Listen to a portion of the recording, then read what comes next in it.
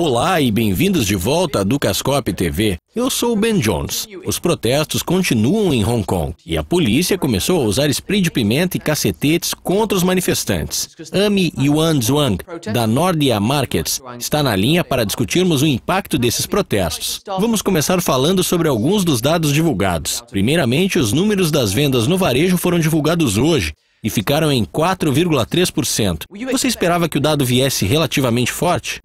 Eu não fiquei tão surpresa quanto a maioria do mercado. O aumento de 4,3% ante o ano passado foi no volume de vendas no varejo. E se medirmos esse valor com o crescimento, o total foi de 1,4%. O menor crescimento no valor indica que os varejistas provavelmente foram forçados a reduzir os preços para impulsionar as vendas, mas isso é um fenômeno.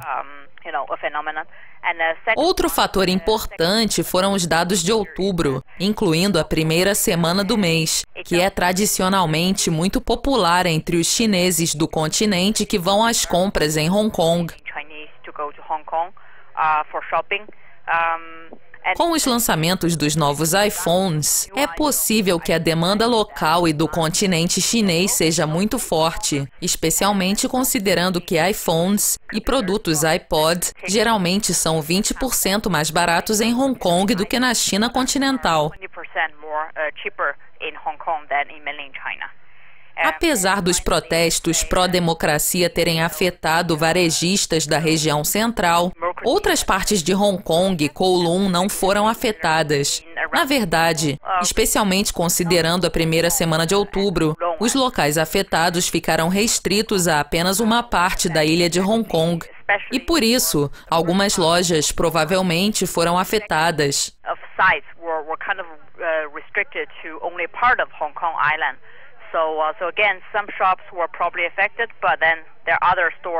Nesse sentido, os dados de segunda-feira não foram uma grande surpresa para mim. Ainda esta semana, o PMI de manufatura também é divulgado. Que dados têm sofrido o maior impacto dos protestos? Eu diria que o PMI, este é o índice composite, e, portanto, é provavelmente o dado que mais foi afetado até o momento. Talvez seja injusto atribuir esses efeitos somente aos protestos, porque este índice mede tanto as atividades do setor manufatureiro como a do setor de serviços. As atividades manufatureiras têm tido tendência de queda pelos últimos anos, principalmente por causa da desaceleração da China. Nós notamos uma alta correlação entre o PMI de Hong Kong e o PMI da China continental, o que explica a desaceleração na indústria manufatureira. Em se tratando do setor de serviços, os protestos têm afetado os setores de varejo, transporte e provavelmente turismo, mas eu diria que as campanhas anticorrupção do lado chinês também afetaram o desejo de compras e dos turistas chineses continentais em Hong Kong. Tem sido afirmado que a atividade empresarial caiu para o menor nível em quase 3 anos em Hong Kong. Quanto tempo isso pode ser sustentado antes de um sério impacto na economia?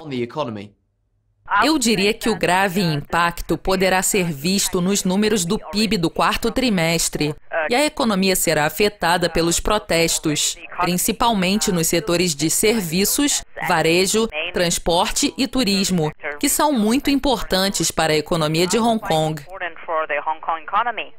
Na verdade, os mercados tiveram tendência significativamente mais baixa em relação ao crescimento anual do PIB global deste ano em Hong Kong, de cerca de 3% para 2,2%, e o quarto trimestre é o principal motivo para isso.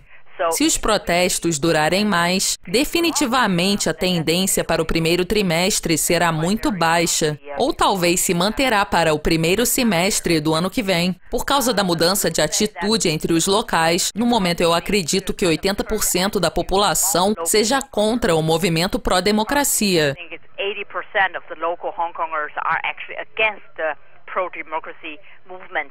O impacto provavelmente será cada vez menor, porque o encontro dos manifestantes se tornará menos perturbador para a vida cotidiana, especialmente agora que a polícia também está dispersando os protestos com mais frequência e força.